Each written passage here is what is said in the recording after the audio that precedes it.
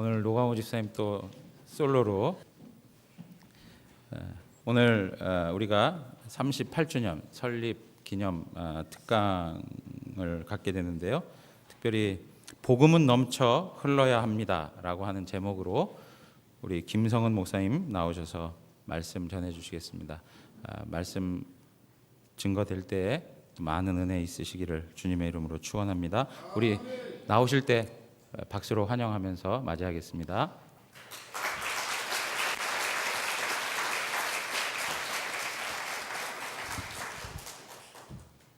할렐루야.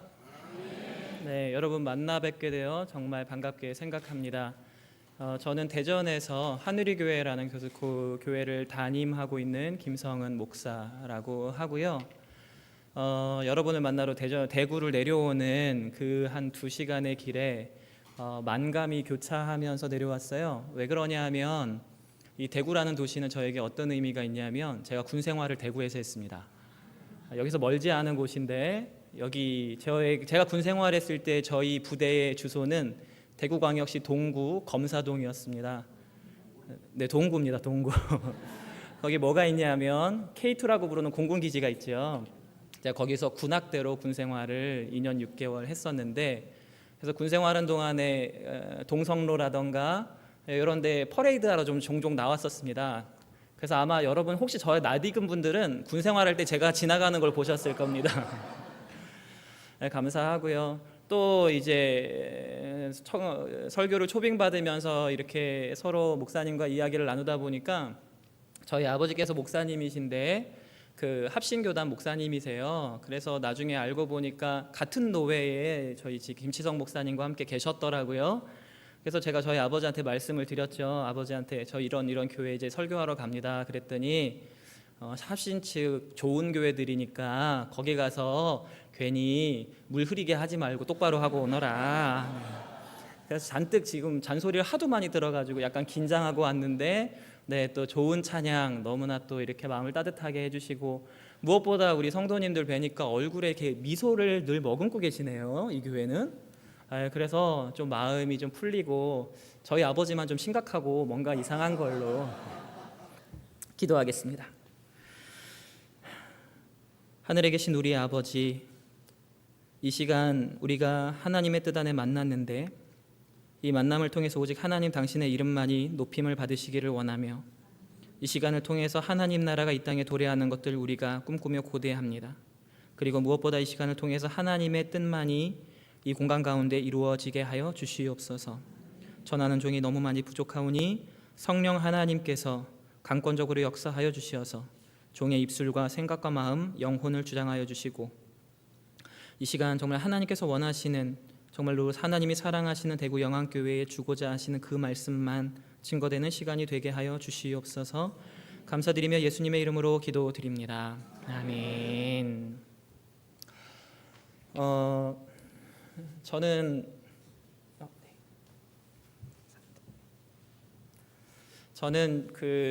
여러분 어떻게 보실지 모르겠지만 장가는 갔습니다. 네, 총각 아니고, 네. 네, 딸이 셋이 있고요.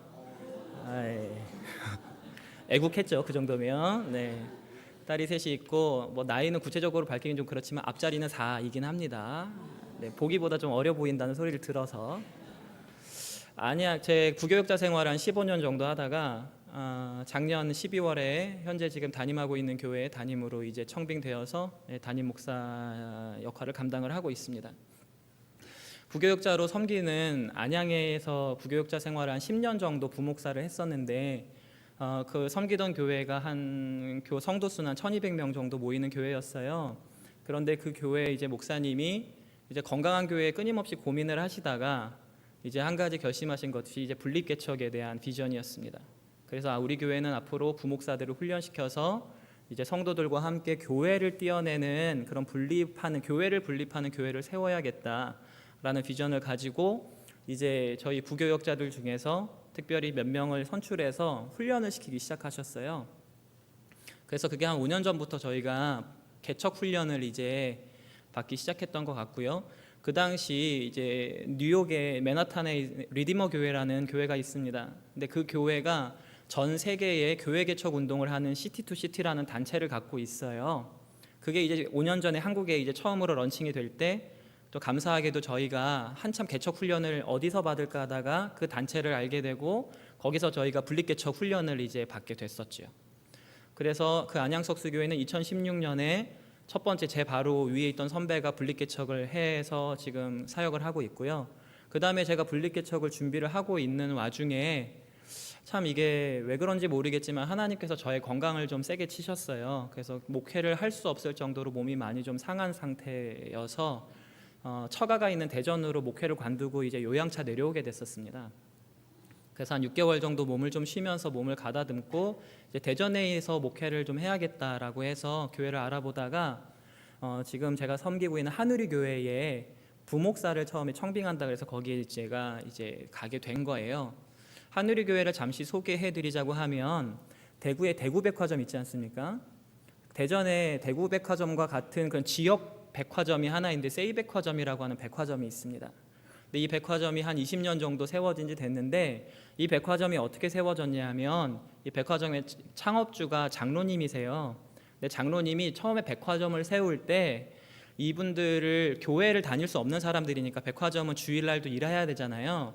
그래서 교회에 못 다닐 수밖에 없는 직업을 가진 사람들을 위한 교회를 세워야겠다 하면서 백화점을 세우신 거예요. 그래서 이 백화점이 세워지면서 그 안에 교회가 함께 세워졌습니다. 그 교회가 이 한우리 교회예요. 그래서 제가 처음에 이제 한우리 교회에 부목사로 부임을 하게 됐었고 부목사로 부임을 했는데 얼마 안 있다가 갑자기 당회에서 저에게 요청을 한 게 대구백화점도 지점이 여러 개 있지 않습니까? 근데 세이백화점도 마찬가지로 이제 지점이 하나가 있거든요. 거기에 교회를 개척을 해야겠다라고 하면서 저보고 이제 개척을 보낸 거예요. 그래서 제가 그때 생각을 한 거죠. 안양에서 분립 개척을 준비를 하고 있었는데 사실 건강 때문에 그걸 포기하고 나올 때 사실 마음이 되게 속상했거든요. 부목사 입장에서 담임 목사님이 개척시켜 줄게라고 하는데 그걸 제가 받을 수가 없는 상황이 돼서 그걸 포기하고 나오는 게 참 쉽지 않더라고요. 근데 하나님이 저를 훈련시켜서 개척 훈련을 시키셔서 그걸 어디다 써먹으시냐면 난데없이 갑자기 대전에 저를 보내셔서 이 한우리 교회가 작년 3월에 이제 탐방동이라는 곳에 이제 개척 분립 개척이죠, 일종의 그러니까 지점에 교회를 하나 세우게 됐었고요. 제가 그 교회를 섬기고 있다가 갑자기 모교회에 계시던 담임 목사님께서 학업을 이유로 이제 사임을 하게 되셨어요. 그래서 제가 개척교회 그 탐방점 개척교회에 있다가 그 백화점 본점 교회의 담임으로 이제 청빙을 받아서 제가 본점으로 넘어와서 지금 사역을 하고 있고 지금 탐방점에 있는 개척교회는 새로운 목사님을 청빙해서 지금 열심히 저희가 사역을 하는 가운데 있습니다. 그래서 짧은 시간이고 제가 뭐 나이가 많지는 않지만 개척을 훈련을 받고 또 실제로 개척을 해보고 지금은 개척교회를 파송한 교회 담임으로 있으면서 사실 다각도로 이 교회 개척이라는 문제에 대해서 조금 같이 나눌 수가 있지 않을까 생각이 들고요. 그래서 하나님께서 저를 하나님이 사랑하시는 영안교회에 보내신 줄로 믿습니다. 아무쪼록 짧은 시간이지만 여러분의 마음에 하나님의 꿈이 세워지는 시간이 되기를 간절히 소망합니다. 미국 로스앤젤레스에 가면 정말 아름답기로 유명한 교회가 하나 있습니다. 수정교회라고 이름을 하는데요. 이 교회는 당시 디즈니랜드와 더불어 그 LA 동네에서 굉장히 유명한 관광지로 알려져 있죠. 이 교회는 겉모습이 전부 유리로 만들어진 교회라서 굉장히 아름답다고 합니다. 그리고 외관뿐만이 아니라 그 교회 안에는 굉장히 비싸고 웅장한 파이프 오르간이 설치가 되어 있고 그걸 플레이하는 이제 파이프 오르간 주자도 굉장히 미국에서 유명한 오르가니스트죠. 무엇보다 이 교회가 유명했던 이유는 뭐냐면 1970, 80년대에 미국에 어떤 복음주의 운동을 아주 대표했던 로버트 슐러라고 하는 목사님이 개척하고 세운 교회라서 굉장히 유명했던 교회입니다.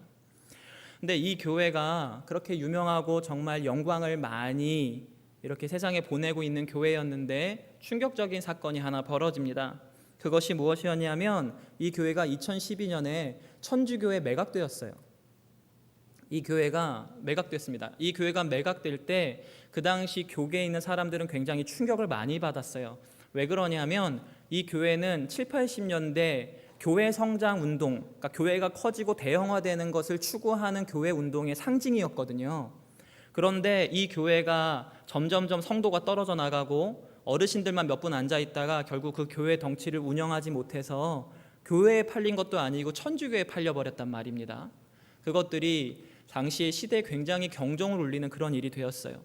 교회 성장 운동, 교회가 커지고 대형화되는 그 문제에 대해서 이제 그것이 시대적으로 얼만큼 몰락하고 있고 그것이 어떤 결과를 갖고 오고 있는지를 상징적으로 보여주는 그런 일이라고 하는 사실이었습니다. 사실 미국뿐만이 아니라 한국의 경우도 마찬가지지요. 한국의 대형교회도 사실 비슷한 상황에 있습니다. 제가 어릴 때만 해도 장로교회 대표적인 양대 산맥이라는 교회는 충영교회와 영락교회라고 했었거든요.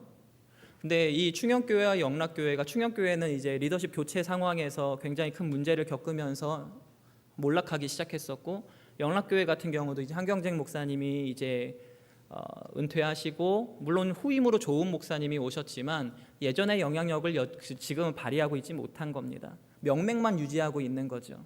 그리고 요즘에 뉴스에서 심심치 않게 들려오는 그런 속상한 소식들도 많이 있지 않습니까? 서울에 있던 어느 M교회가 지금 세수 문제로 굉장히 복잡하고 있는 것들도 여러분 보고 있고요.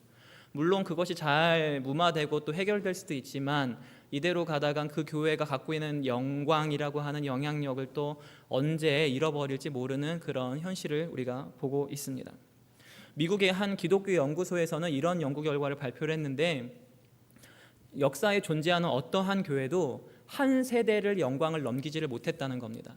교회가 있으면 한 세대를 그 교회가 갖고 있는 영광을 계속 유지하지 못하고 결국에 몰락했다는 거예요. 후임 목사님이 안 좋은 분이 오셔서가 아닙니다. 당대 최고의 후임들이 오고 영향력 있는 목사님들이 계속 그 리더십을 바톤을 이어받았지만 그럼에도 불구하고 교회가 영향력을 점차 상실해 가더라. 왜 그럴까?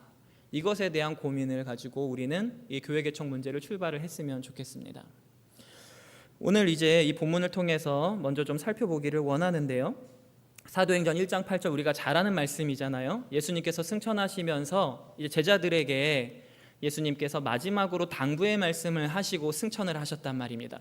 그것이 무엇이냐면 성령이 너에게 임하시면 너희가 권능을 받고 예루살렘과 온 유대와 사마리아와 땅끝까지 이르러 내 증인이 되리라. 예수님이 이렇게 당부하시고 승천하시지요. 자, 그것은 이 말씀은 단순히 예수님의 그냥 당부의 말씀으로 끝나는 것이 아닙니다. 이 구절은 사도행전 전체의 목차와도 같은 구절이에요. 사도행전 전체는 예수님의 이 사도행전 1장 8절 말씀이 어떻게 성취되는지를 차례 보여주는 것이 사도행전의 전체 구조입니다. 한번 좀만 살펴볼까요? 짧게 살펴보도록 할게요. 예수님이 제일 먼저 당부하신 게 뭡니까? 오직 성령이 너희에게 임하시면, 바로 사도행전 2장에 가면 성령님이 우리 그 제자들에게 임하십니다. 그렇죠? 그 다음에 너희가 권능을 받고, 그게 그 다음 얘기잖아요. 사도행전 3장에 가면 베드로와 요한이 성전 미문에 앉아있는 안진뱅이를 일으키는 권능을 행하는 장면이 나오죠. 성령이 임하셔서 권능을 받았습니다. 그러면 그 다음에 무슨 일이 벌어질까요? 너희가 이제 예루살렘과, 첫 번째로 예루살렘의 복음이 퍼져나가는, 예루살렘에 이들이 증인이 되는 일들이 일어나겠죠. 그것이 사도행전 6장 7절 말씀에 나옵니다. 제가 사도행전 6장 7절에 이런 말씀이 있는데, 예루살렘에 있는 제자의 수가 더 심히 많아지고, 예루살렘의 복음이 퍼져가는 내용이 사도행전 4장에서 6장까지 나타나게 돼요. 자, 이제 예수님의 당부의 말씀이 처음에 예루살렘에 꽉 차게 되죠. 그 다음에 이제 어디로 퍼져야 됩니까? 온 유대 그리고 사마리아, 이렇게 흘러가야 되지 않습니까? 사도행전 8장 1절 말씀에 이런 얘기가 나오죠. 예루살렘 교회가 참 잘 되고 있었는데 박해가 일어나면서 사람들이 흩어지거든요. 그래서 8장 1절 말씀에 뭐라고 얘기하냐면, 여러분 성경 열심히 찾는 소리가 들리는데 억울하지 않게 같이 읽어보겠습니다. 사도행전 8장 1절 말씀, 사도행전 8장 1절 말씀 다 같이 읽어볼까요? 시작. 그날에 예루살렘에 있는 교회에 큰 박해가 있어 사도 외에는 다 유대와 사마리아 모든 땅으로 흩어지더라. 아멘. 자, 이제 예루살렘에 퍼졌던 복음이 박해 때문에 어디로 퍼지고 있습니까?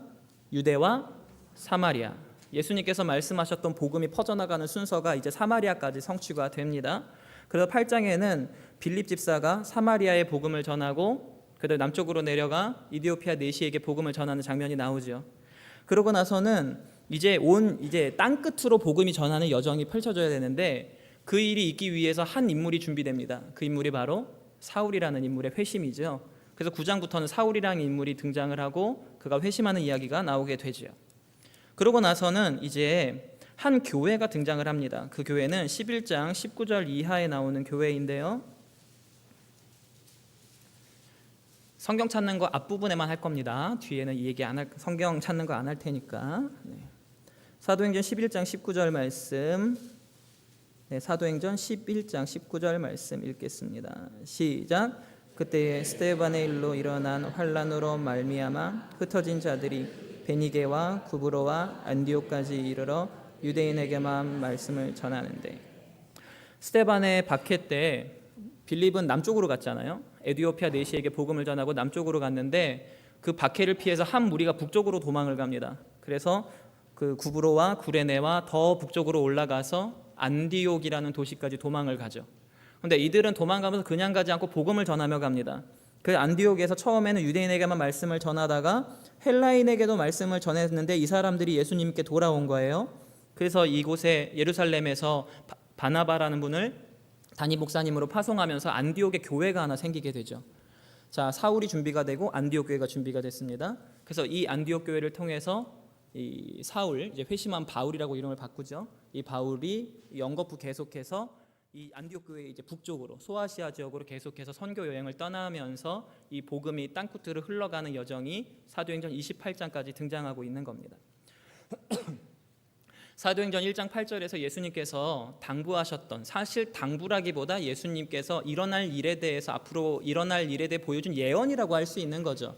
무엇이냐면 이제 성령이 오실 것이고 성령이 오시면 너희가 권능을 받을 것이고 너희가 권능을 받으면 예루살렘, 유대와 사마리아와 땅끝까지 이르러 너희가 나의 증인이 될 것이다 라고 하시는 말씀이 사도행전 전체에 이르러서 점차적으로 성취되어 가는 것을 우리가 보고 있는 겁니다.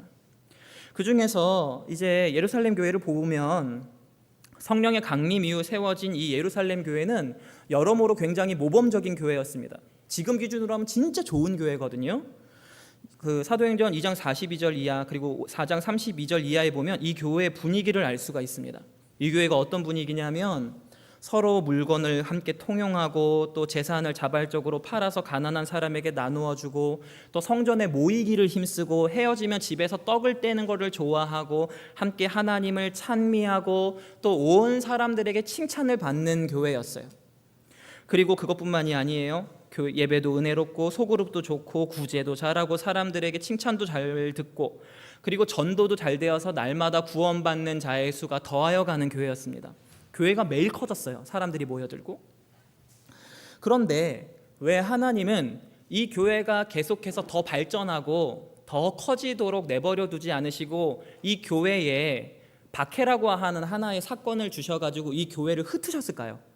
이 교회가 흩어졌거든요. 그 성경은 뭐라고 얘기하냐면 예루살렘의 사도들 빼고는 모든 성도들이 다 전 세계로 쫙 흩어졌다고 이렇게 이야기를 합니다.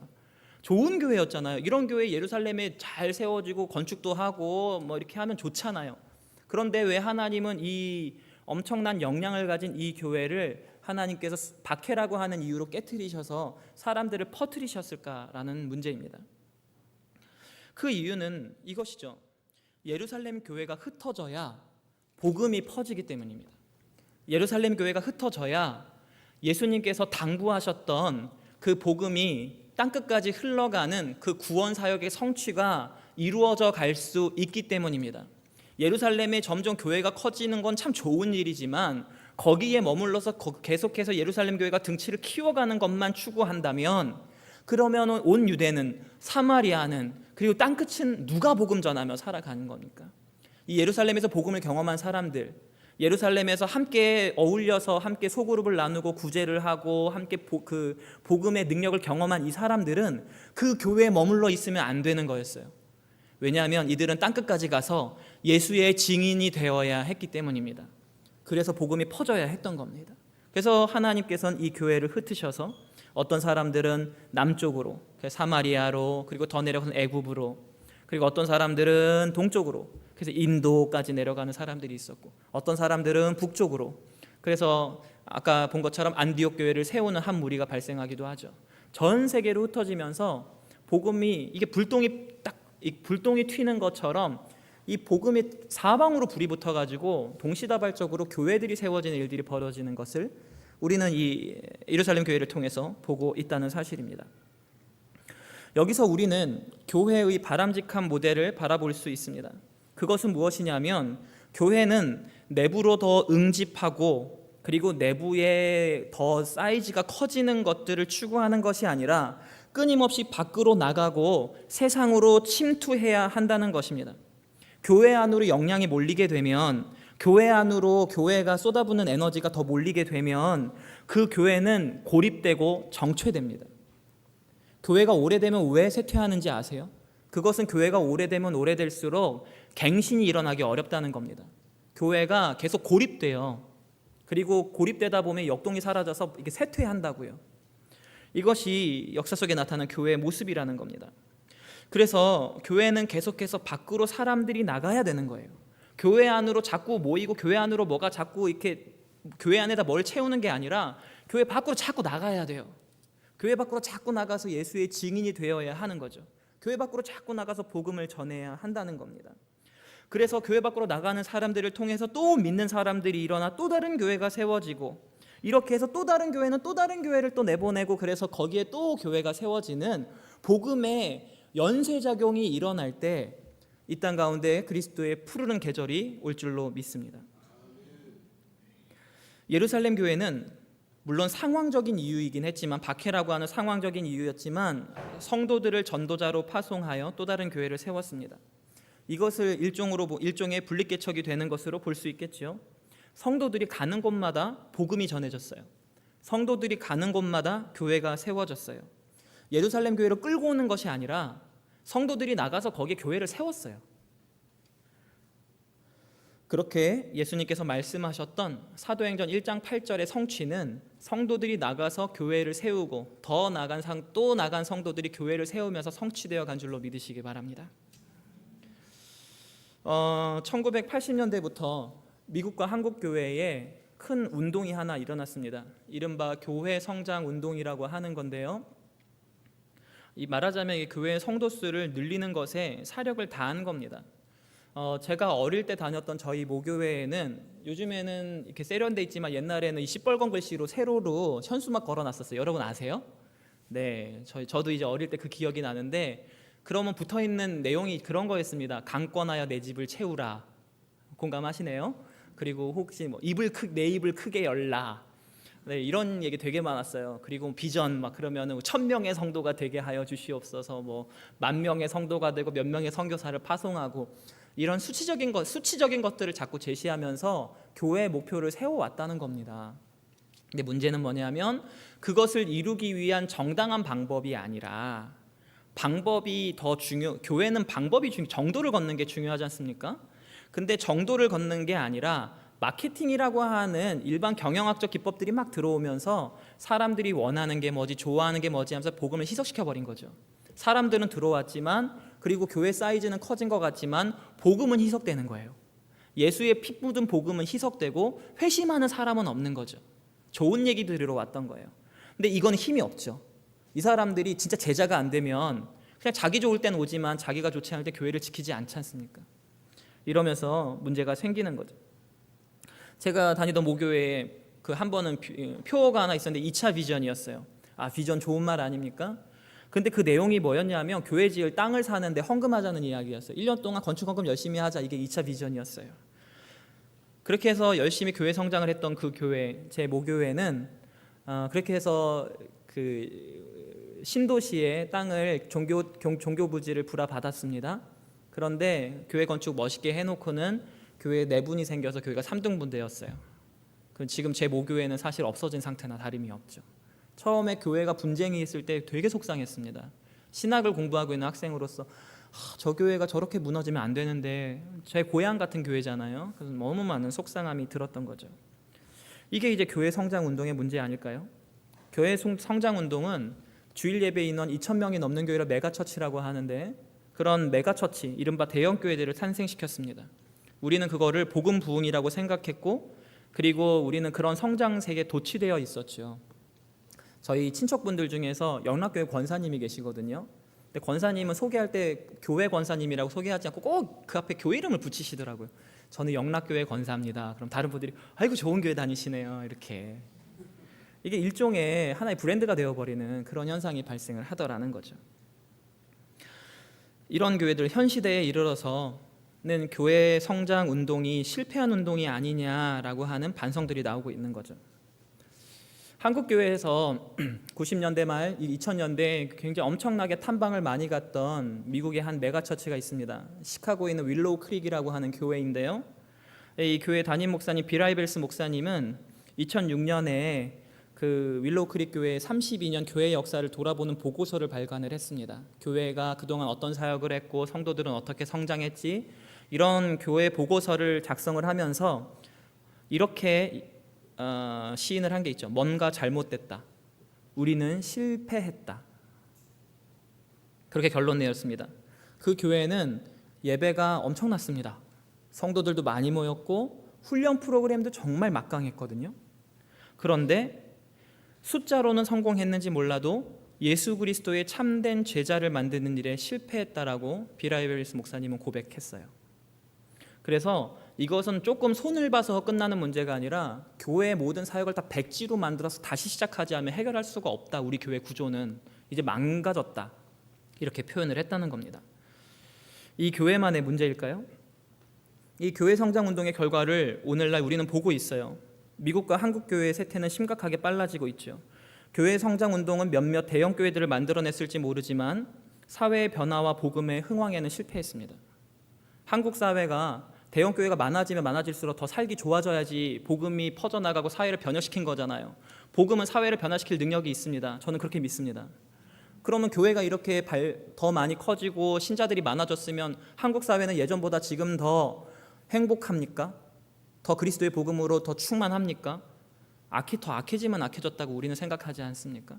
교회의 영향력이 사라지고 있는 거죠. 애초에 복음의 능력들을 우리가 더 제대로 보지 못했던 것은 아닌가 싶습니다. 그래서 그 대안으로 오늘날 저희가 제시하는 것이 무엇이냐면 교회 성장 운동이 아니라 교회 개척 운동을 해야 한다는 이야기입니다. 한 교회가 거대해지는 것이 아니라 건강한 규모의 교회의 숫자가 많아지는 것이 사회의 변화와 복음의 흥황에 힘이 된다는 사실이에요. 10,000명 교회 하나보다 100명 모이는 교회 100개가 함께 연합하는 것이 그 사회를 변화시키고 그 지역에 하나님의 나라가 도래하도록 하는데 더 큰 힘이 된다는 겁니다. 여러분 동의하십니까? 이 개혁주의 신학의 시초가 되는 종교개혁가 칼빈이 있습니다. 여러분 우린 개혁주의자 아닙니까? 그렇죠? 저희 아버지가 늘 개혁주의의 그 자부심을 저한테 맨날 설파를 하셨거든요. 저는 이 총신을 나눈 합동층 목사입니다. 저희 아버지는 저를 맨날 보면서 너는 사입이다 막 이렇게 손가락질하셨는데, 네, 저도 개혁주의자입니다. 저도 칼빈주의입니다. 네. 근데 개혁주의 신학의 시초가 되는 종교개혁가 칼빈도 그의 삶 마지막 10년은 교회 개척 운동에 온 힘을 다 쏟았어요. 당시 칼빈이 심호하던 제네바 교회는 이 카톨릭의 박해를 피해서 많은 사람들이 유럽 각지에서 도망을 와 있었거든요. 이 사람들이 제네바에서 신앙생활을 하면서 고향에도 이런 교회를 세우고 싶어진 거예요. 진짜 복음을 경험하고 나니까 이런 복음이 고향에도 퍼졌으면 좋겠는 거예요. 그래서 고향으로 가고자 했어요. 칼빈이 그냥 보내지 않았습니다. 이 사람들을 다 목회자로 훈련시켜가지고 그 사람들 각지로 보냈죠. 그리고 당시에 세계 각국에서 각 유럽에서 이렇게 교회를 자발적으로 세우고자 하는 많은 운동들이 일어날 때 칼빈에게 요청을 했었어요. 우리에게 목회자 좀 보내주세요라고 할 때 칼빈이 정말 제대로 훈련시키는 목회자들을 이 유럽에다가 파송하는 일들을 하는데 마지막 10년에 온 힘을 쏟았다는 그런 기록들이 남아 있습니다. 한국 기독교 초기에도 분립개척 운동이 있었어요. 여러분 평양 대부흥 운동의 주역인 평양 장대현 교회라고 혹시 아십니까? 평양 장대현 교회. 이 교회는 우리는 장대현 교회라고 부르는데 선교사들은 이 교회를 센트럴 처치라고 불렀어요. 평양 중앙교회라고 불렀습니다. 그래서 이 교회의 성도 수가 막 점차 많아질 때 선교사들은 어떻게 했냐면 성도들을 사는 지역에 따라 나눠서 교회를 분립해서 새로 세웠었어요. 그래서 남쪽에 있는 사람들 모아가지고 남문교회, 동쪽에 있는 사람들을 모아가지고 창동교회, 뭐 이런 식으로 영어로 이스트 철치, 서든 철치 이렇게 교회들을 이제 커질 때마다 그 지역 사람들을 묶어가지고 또 하나의 교회를 세워서 내보내고 또 하나의 교회를 세워서 내보내서 평양이 동방의 예루살렘이라는 그런 칭호를 받게 되는데 교회의 분립개척 운동이 큰 역할을 했다는 사실입니다. 저는 인천 출신입니다. 근데 인천에도 이런 비슷한 흔적들이 있는데요. 인천에 가면 장로교 이런 게 있습니다. 인천 제1교회, 그 인천 제2교회, 그리고 인천 제3교회까지 있습니다. 처음에 무슨 교회 이름이 이런가 했었거든요. 근데 인천에서 장로교 중에 제일 처음 생긴 장로교회가 인천 제1교회예요. 그리고 이제 성도 수가 많아지니까 이제 하나가 더 생겼는데 그게 인천 제2교회예요. 그리고 또 하나가 생긴 게 이제 인천 제3교회. 일단 저는 인천 제4는 못 봤고 제3까지는 봤습니다. 지금도 그 교회들 아주 건실하게 잘 세워지고 있어요. 이것들이 일종의 다 교회 개척 운동이죠. 그래서 기독교 초기 복음의 부흥과 도시의 변화에는 이런 교회 개척 운동이 사실 큰 역할을 하고 있었다는 사실을 우리가 역사를 통해서도 볼 수가 있어요. 이제 그렇다면 지금 오늘날 현재 한국에서 분립개척 운동은 지금 어떻게 일어나고 있는지를 좀 설명을 드리도록 할게요. 우리나라에도 사실 분립개척 운동을 지금까지 진행하던 교회가 많이 있습니다.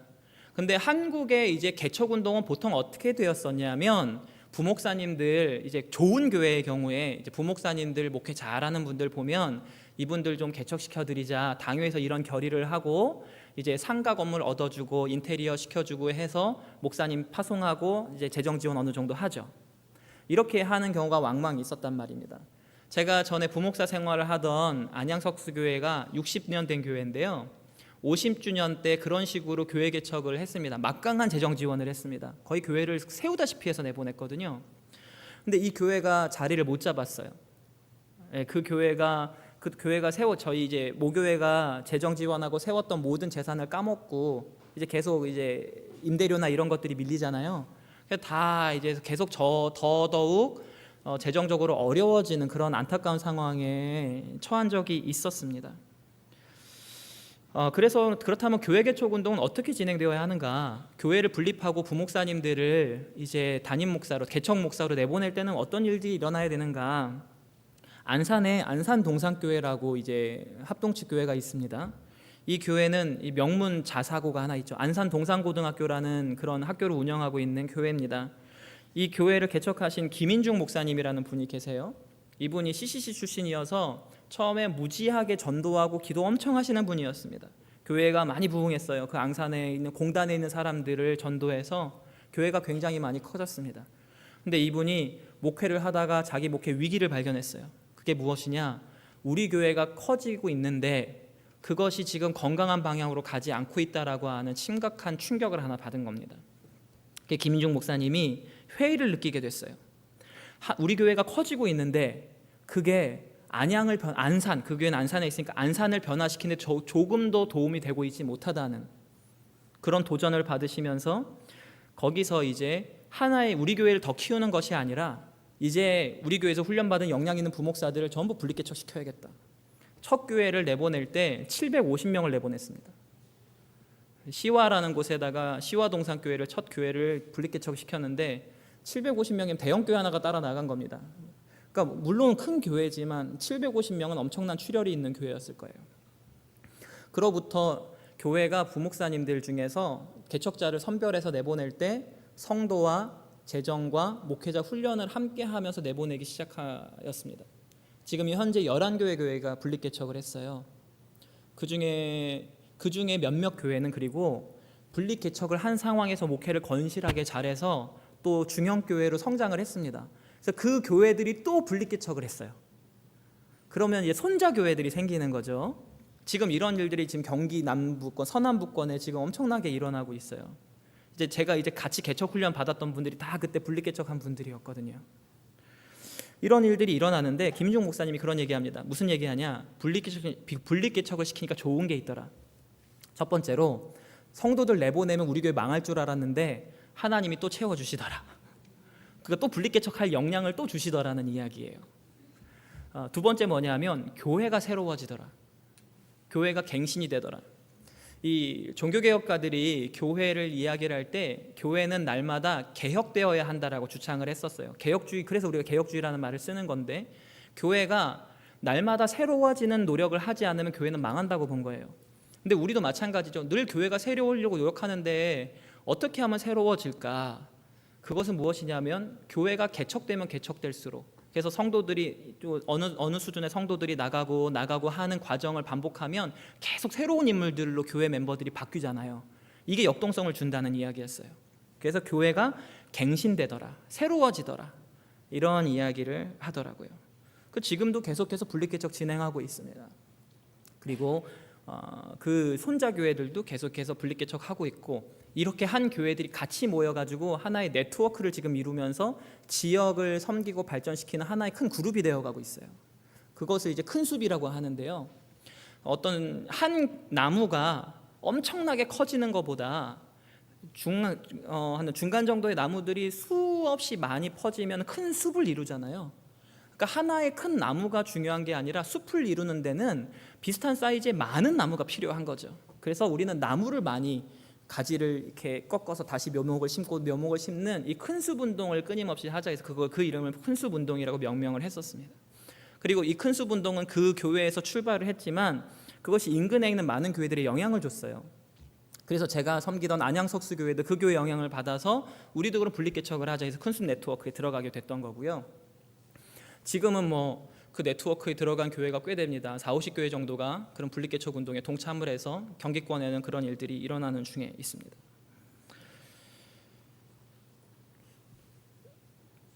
뉴욕의 맨하탄에 있는 리디머 교회가 이 글로벌 교회 개척 네트워크를 전 세계에 세워서 이제 교회를 개척하는 운동을 하고 있죠. 처음에 맨하탄이라는 곳이 선교지와 다름이 없었거든요. 원래 잘 사는 동네는 복음이 잘 안 돌지 않습니까?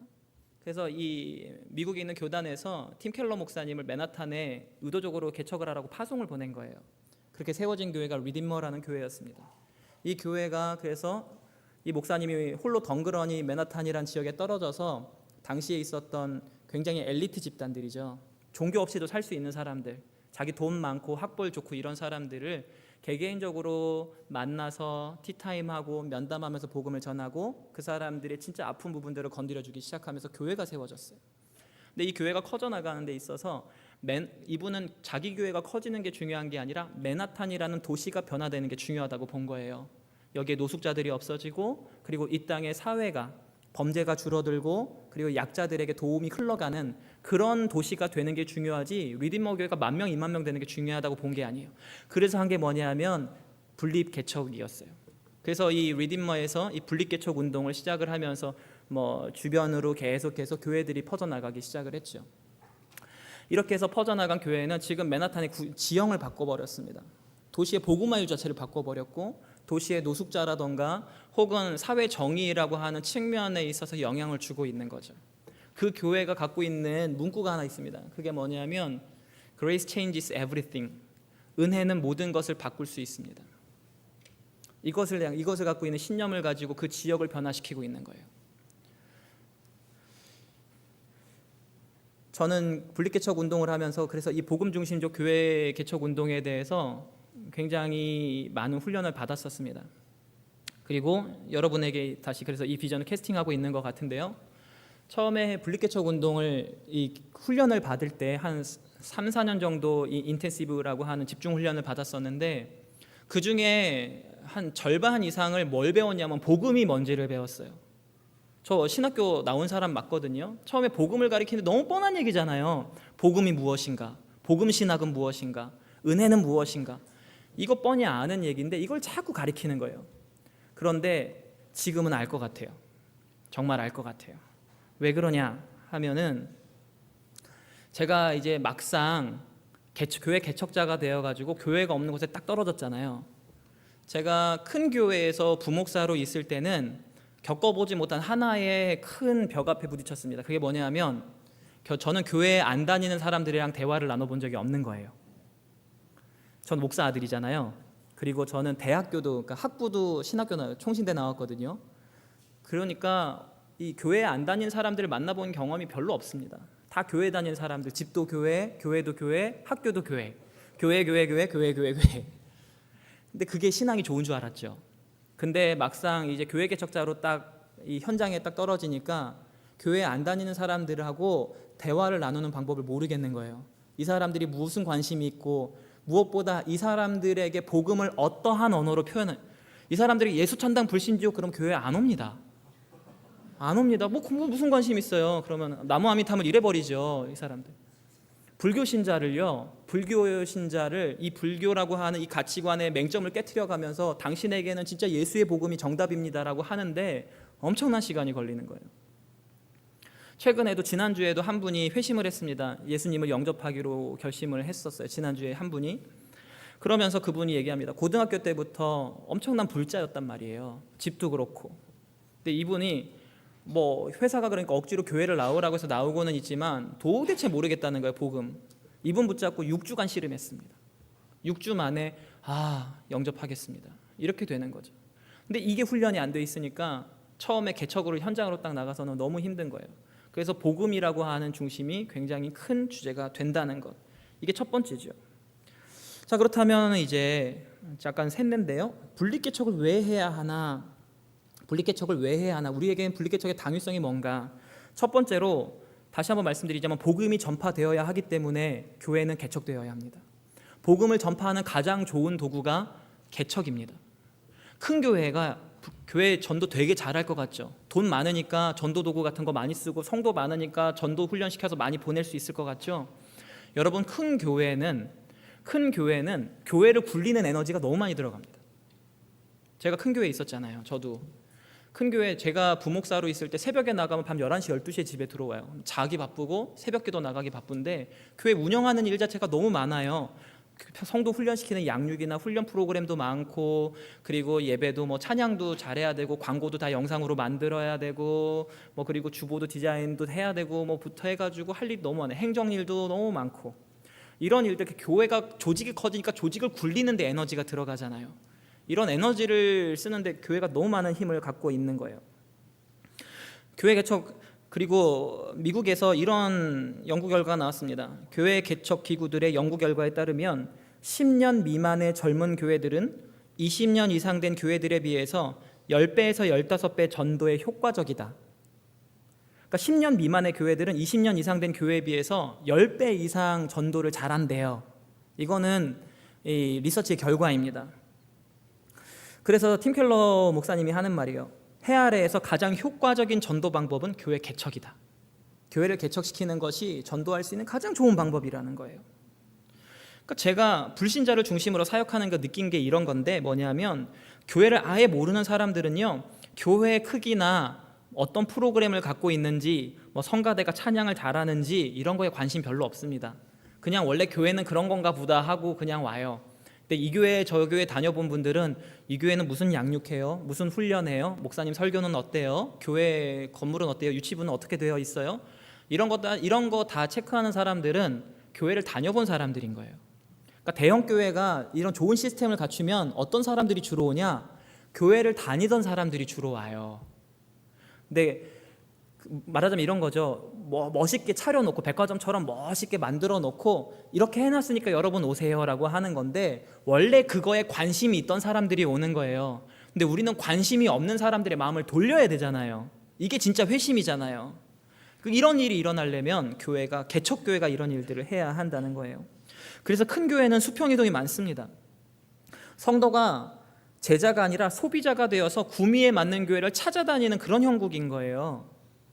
지금 큰 교회가 개탄하는 것이 이런 현상이 벌어지고 있는 거죠. 지금 분당에 굉장히 영향력 있는 분당 우리 교회라고 혹시 아십니까? 이찬수 목사님. 이찬수 목사님이 예전에 저희 합동 측 목회자 집회에서 이런 얘기를 하셨었어요. 지금 성도 오는 거 하나도 안 반갑다고. 한 주에 80명, 100명 오는데 이 사람들 전부 신자라는 거예요. 다른 교회에 다니던 사람들이 그 교회에 이제 정 떨어지고 그리고 은혜 못 받는 것 같으니까 목사님 설교 들으러 왔다는 거예요. 그러면서 개탄을 하는 거예요. 이거 하나도 안 반갑다고.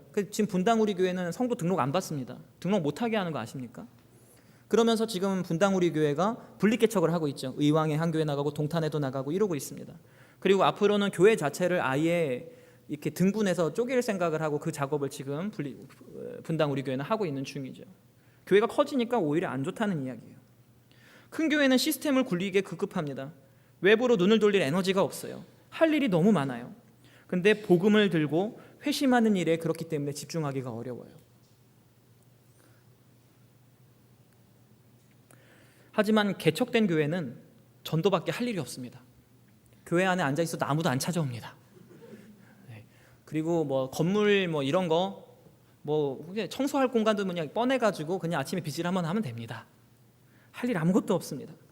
그러니까 나가서 사람들 만나고 그들의 이야기를 듣고 복음을 전하는 일 말고는 할 일이 없는 거죠. 집중할 수 있는 거예요. 훨씬 심플한 거예요. 그래서 교회 개척의 의미가 있죠. 두 번째로 왜 분립을 해야 되냐? 분립 개척은 아까도 제가 설명을 드렸는데 기존 교회를 갱신하는 데 효과적입니다. 개혁주의 신학을 추구하는 교회들이 주창하는 것이 리폼드잖아요. 때 갱신되지 않으면 썩는다는 이야기예요.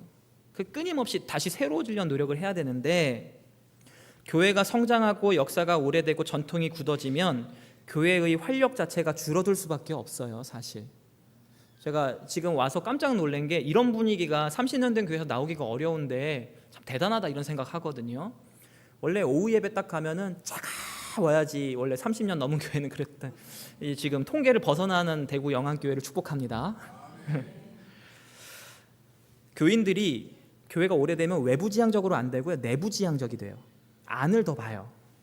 새로운 사람들 오는 거 별로 귀찮아요. 우리끼리 너무 좋거든요. 그래서 새로운 사람들 오는 거 힘들고 우리끼리 너무 친하니까 새로운 사람이 와도 적응하기가 너무 어려워요. 나만 빼고 다 친한 것 같아. 그러면 정말 힘들죠. 월컨하는 분위기가 만들어지기 어렵다는 겁니다. 그리고 교회가 나이가 많아지면 성도의 전체적인 연령도 올라갈 수밖에 없습니다. 젊은 사람들이나 새로운 사람들이 들어올 수가 없는 배타적인 그런 고립된 공동체를 만드는 게 일반적인 현상이었다는 거예요. 그래서 교회가 갱신을 향한 몸부림을 포기하면 교회는 기득권을 양산하게 되고 교권화되고 사변화되면서 타락합니다. 그래서 우리의 신학의 선조들은 끊임없이 교회는 새로워져야 됩니다라고 이야기를 했던 거예요. 그래서 교회가 새로워지는 방법 중에 가장 효과적인 것이 바로 이 분립개척이라고 아까도 말씀을 드렸습니다. 얼마 정도 있으면 성도들이 다른 교회를 세우며 나갑니다. 부교육자들도 나갑니다. 그리고 그 인원이 빠져나가면 새로운 사람들로 그 인원이 채워집니다. 이런 변화에 대한 긴장감이 교회를 지속적으로 역동성 있게 만들어준다는 이야기예요. 그리고 교회를 개척시킬 때마다 하나님의 가족을 잉태해서 출산하는 거잖아요. 이게 일종의 계속해서 결혼했으면 임신하고 애를 낳는 게 맞잖아요. 저도 애를 셋이나 낳았잖아요. 전 잘한 거잖아요. 그렇죠? 칭찬받을 만한 일이지 않습니까? 낳아야죠. 교회도 마찬가지로 교회가 성장하고 성숙하면 새로운 생명을 낳는 게 맞습니다. 한 성도는 한 영혼을 낳는 게 맞고 한 교회는 또 한 교회를 낳는 게 아주 정상적이라는 거예요. 출산해야죠. 그렇지 않습니까? 그러면서 이 생명을 잉태하고 탄생시키는 감격이 엄청납니다. 아마 여러분 나중에 기회가 하나님께서 기회 주셔서 여러분이 첫 분립개척 교회를 파송할 때 다 울걸요. 저희도 그랬는데요. 막 내보내면서 막 감사하고 짠하고 우리 교회 가운데 하나님이 이런 일을 허락하셨다고 해서 막 다 울고, 물론 나가는 사람 남은 사람 차가운 현실이 또 기다리고 있겠지만 네, 어쨌든 다시 우리가 복음으로 열심히 또 많은 복음을 전하는 일에 힘쓰면서 또 다시 그 일을 해나가려고 애쓰는 거죠. 그렇다면 교회 개척은 어떻게 가능한가 이 얘기를 드리겠는데요. 첫 번째로 교회 개척을 하려면 복음이 중심이 되어야 합니다.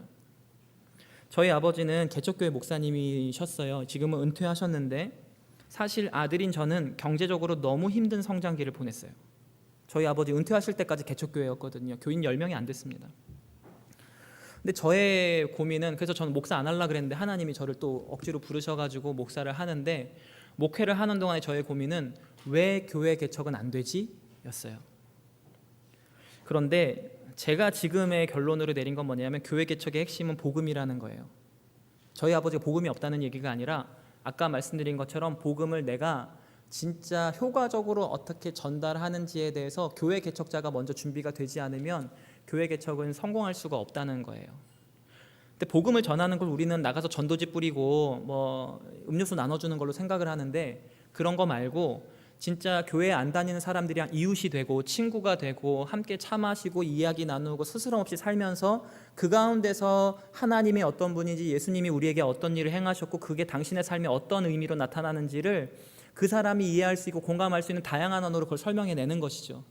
그게 안 되니까 옛날에 그랬어요. 저희 아버지도 물론 그것은 되게 중요한 일이지만 성도 없으니까 늘 강대상에서 울면서 주무셨단 말이에요. 그러면 하나님 채워주시겠지. 그러니까 저에게 심각한 고민이 있었어요. 왜 하나님 안 채워주시냐는 거예요. 저희 아버지 40일 금식 기도도 하셨어요. 홀쭉해 내려오셨을 때 제가 그런 생각했어요. 이제 하나님이 우리 교회 부흥시켜 주시겠다. 근데 한 명 있던 성도도 나가더라고요. 그래서 이건 뭐지? 그랬던 기억이 나요. 물론 그건 좋은 거예요. 하나님 앞에서 목회자가 애쓰는 건 반드시 필요하지 않습니까? 그런데 거기에다가 정말 교회 개척자로서 충분히 훈련되어야 할 때 무엇이 훈련되어야 되는가? 복음이라고 하는 이 가장 핵심적인 이 본질이 정말 어떻게 나누어지고 전달되어지는지에 대한 훈련이 좀 아쉬웠지 않았을까라는 생각을 해봤다는 거예요. 저는 요즘에 한 주에 9명 정도 복음 1대1로 만나서 복음을 전하고 있어요. 1시간 정도 쓰거든요, 한 명당. 그래서 같이 차 마시면서 한 주간 어떻게 사셨어요? 그리고 하면서 당신은 어땠어요? 당신은 무슨 행복의 조건이 뭐라고 생각하세요? 당신은 지금 살면서 그렇게 벽에 부딪히는 일 없어요? 이런 거부터 해서 그 사람들과 함께 복음을 전하는 그런 대화들을 나눠가고 있어요. 그러니까 저는 설교하는 일 빼고는 그거 하고 있는 것 같아요. 근데 상당히 버겁거든요. 저희 교회도 한 300명 정도 성도가 돼요. 그러면 저 담임 목사잖아요. 설교도 해야 되죠. 그 당회도 해야 되죠. 행정 처리도 해야 되죠. 그리고 뭐 교회에 있는 다른 여러 가지 처리해야 될 일들, 그리고 신방이나 이런 것도 해야 되는데 거기다가 지속적으로 비신자들 만나가지고 대화 나누고 복음 전하는 일들 해야 되는데 이거 포기하면 안 되는 거예요. 그리고 이게 어떻게 되냐면 나중에 비신자랑 만나는 건 목회자의 설교에게 묻어나요. 비신자가 뭘 고민하고 있지? 그 사람들은 뭐가 아프지? 그 사람들은 뭐가 속상하지? 이것들이 목회자의 설교에 그대로 묻어날 수밖에 없는 거예요. 말씀을 보면 그게 떠오르는데요. 그래서 이 사람들에게 복음을 전하는데 이 비신자와 소통하고 얘기하는 게 굉장히 효과적이라는 거예요. 그래서 그런 의미에서 이 교회 개척이 잘 되기 위해서 두 번째로 굉장히 중요한 게 있는데 목회자가 훈련되어야 돼요. 목회자가 교회 개척자로 훈련되어야 돼요. 저는 그렇게 생각하는, 여러분은 대한민국이 기독교 국가라고 생각하십니까? 아니면 선교지라고 생각하십니까? 네, 제가 이런 질문을 할 때는 답이 뻔한 거 아니겠어요? 우리가 지금 옛날에 1200만 기독교 인구 하다가 지금 한 750만으로 떨어져 있죠. 퍼센테이지 따르면 한 10% 좀 넘어 한 15% 될래나요? 그 정도 인구 될 겁니다. 그런데 여러분, 서울에 20대의 복음화율이 얼마인 줄 아세요? 서울에 사는 20대들의 기독교 복음화율 2%에서 5% 사이로 봅니다. 인도네시아의 복음화율이 얼마라고 생각하세요? 10%입니다. 인도네시아보다 서울에 있는 20대들이 훨씬 교회를 안 다녀요. 우리는 교회 안에 있으니까 모르죠. 우리는 교회 안에 있으니까 서로 같이 교회 다니는 사람들, 경상도 말로 천지 빽가리잖아요. 근데 요 문만 나가면 10중 8구 교회 안 다니는 거잖아요. 기독교 인구가 20%라고 해도 10명 중에 8명은 교회 안 다니는 거잖아요. 한국에 교회 많아요. 한국에 교회 많은데 80%가 아직까지도 복음을 영접하지 못하고 있어요. 왜요? 목회자 훈련되어야죠. 목회자가 무슨 훈련이 되어야 되느냐? 여기를 선교지로 바라보면서 선교 전략으로 이곳에 교회를 세워나가는 작업이 필요해요. 기독교 국가라고 보면은 모든 사람을 잠재적 기독교 신자로 보는 거예요. 그래서 아까 얘기한 것처럼 건물 잘 짓고, 그리고 좋은 프로그램 만들고, 그리고 좋은 컨텐츠로 예배 세워가지고 그렇게 사람들 오세요 하면 돼요. 미국은 윌로우크릭은 그래서 그게 됐던 거예요. 한국은 선교지예요. 제가 비신자 만나봤잖아요. 이 사람들 교회에 관심 하나도 없어요. 비판하는 사람들은 그나마 교회에 관심이 있어서 욕하는 거지 교회 욕도 안 해요. 그냥 교회라는 데가 있나 보다 이런 사람들 많고, 교회 가면 좋은 말 듣겠지 이런 사람들 많더라고요. 이런 사람들이 10중 8구예요. 제가 살고 있는 아파트 단지에서 저희 딸내미 친구들 이렇게 만나고 가족끼리 교제하잖아요. 교회 다니는 집 저희밖에 없어요. 이게 지금 한국의 현실입니다. 교회 다니는 사람들 몇몇 교회에 몰려가지고 지금 살고 있는 게 현실이고, 대부분의 교회는 10명, 20명, 30명 안 되는 그 개척교회들이잖아요. 100명 넘어가면 10% 이내에 드는 교회가 되는데요. 한국에 교회가 많지만 효과적으로 복음 전도하지 못하고 있어요. 그래서 교회가 개척이 되려면 목회자가 훈련되어야 해요. 그래서 여러분 앞으로 만약에 교회를 개척시키겠다 그러면 여러분 부교육자 분들께서 이 교회에 심호하는 동안에 교회 개척자로 잘 훈련받을 수 있도록 기도하고 잘 키워주셨으면 좋겠어요. 안 그렇게 내보내면 죽으라는 얘기예요. 그냥 사지로 내모는 거랑 똑같습니다. 그 세 번째가 뭐가 필요하냐면 저희 지금 시티2시티 저희 교회 개척자 그룹에서는 두 가지 부류가 있거든요. 한 부류는 뭐냐면 저희끼리 이렇게 부릅니다. 맨땅 헤딩 개척자. 뭐냐면은요, 모교회 지원이 없이 그냥 혼자 기도하면서 개척하고 있는 한 그룹이 있어요. 그러니까 같이 이렇게 모이긴 하는데 서로 그렇게 불러요. 또 한 부류는 뭐라고 부르냐면 약간 요즘에 부정적인 언어긴 한데 금수저 개척자. 이분들은 이제 큰 교회에서 분리 개척 시켜주는 교회들이에요. 재정도 지원이 되고 어느 정도 성도도 같이 나가고 그리고 재정도 같이 딸려서 나가서 어느 정도 좀 백업을 해주는 교회들이죠. 물론 저희는 같이 지냅니다.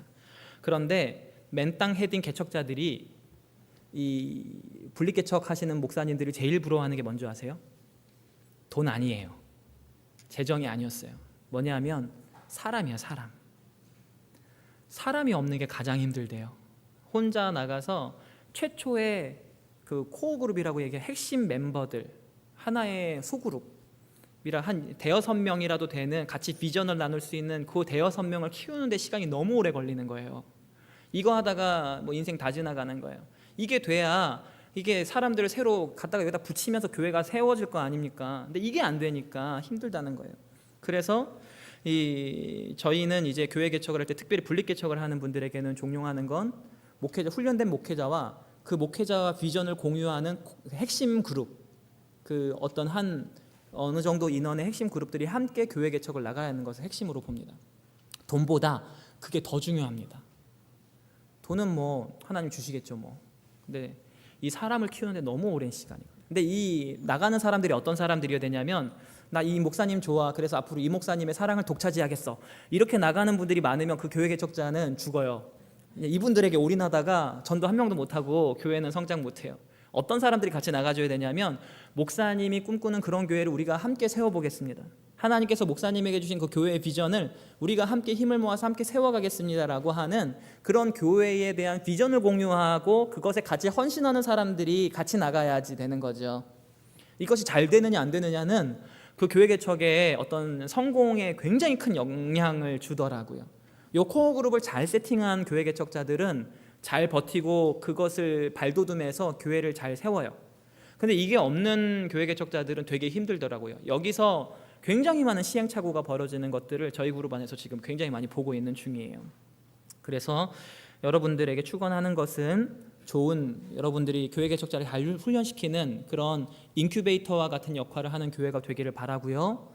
또 아무쪼록 여러분에게도 그렇게 새로운 교회를 세워가는 데 있어서 목사님들을 도와서 나도 함께 헌신하겠다고 하는 많은 분들이 일어나기를 간절히 소망합니다. 물론 이게 쉬운 건 아닙니다. 이게 제사를 떼어내는 게 굉장히 속상한 일이거든요. 근데 이게 교회가 비전을 공유하지 않으면 여기에서 굉장히 큰 잡음이 나더라고요. 저희가 2016년에 분리개척할 때 교회 안에 무슨 무드가 있었냐면 넌 나갈 거야? 너는? 성도들 사이에 서로 이렇게 눈치를 엄청 보는 거예요. 그러면 목사님이 좀 미워하지 않을까 막 괜히 말조심하고 나 나갈래? 그러면 난 안 나갈 건데 그럼 나도 안 나갈래? 막 약간 이런 분위기도 왔다 갔다 하고 그러니까 이게 굉장히 비전에 따라서 움직이는 게 굉장히 어려운 일이긴 해요. 그리고 목사님도 참 이게 큰 결심 아닙니까? 성도들을 떼어내겠다는 거. 근데 막상 나가려고 하니까 좀 속상하긴 하다 이러시더라고요. 네, 그런 여러 가지가 있지만 이게 그거죠. 향유 옥합을 깨트리는 거잖아요. 자기의 한 교회가 다른 교회를 내보내는 건 마리아가 예수님에게 향유 옥합을 깨트리는 것과 같은 굉장히 큰 헌신이에요. 근데 거기서 새 생명이 태어나더라고요. 여러분 생명을 낳는 교회가 되시기를 바랍니다. 말씀을 맺으려고 하는데요. 2017년에 고신교단의 연구 결과 한 교회의 적정 성도 규모를 300명에서 최대 500명으로 봤습니다. 원래 담임 목사 한 사람이 세심하게 잘 돌볼 수 있는 규모를 150명으로 발표했어요. 하지만 교회의 다양한 사역과 사회적 책임을 감당하기 위해서는 그래도 한 300명 정도는 돼도 교회가 딱 좋겠다. 영암교회 지금 몇 분 정도 예배 드리나요, 주일날? 몇 분 정도 예배 드릴까요?